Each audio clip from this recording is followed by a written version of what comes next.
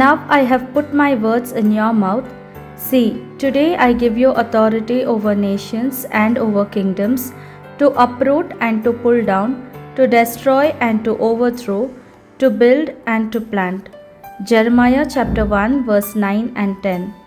ಇಗೋ, ನಾನು ನನ್ನ ಮಾತುಗಳನ್ನು ನಿನ್ನ ಬಾಯಿಯಲ್ಲಿ ಇಡುತ್ತಿದ್ದೇನೆ, ಕಿತ್ತು ಹಾಕಲು, ಕೆಡವಲು, ನಾಶಪಡಿಸಲು, ಹಾಳು ಮಾಡಲು, ಕಟ್ಟಲು, ನೆಡಲು, ಜನಾಂಗಗಳ ಮೇಲೂ ರಾಜ್ಯಗಳ ಮೇಲೂ ನಿನ್ನನ್ನು ಈ ದಿನ ನೇಮಿಸಿದ್ದೇನೆ.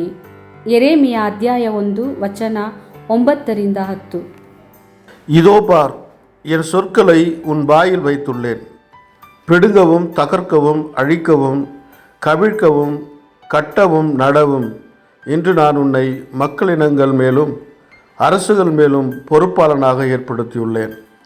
எரேமியா 1 அதிகாரம் 9 மற்றும் 10 வசனங்கள்.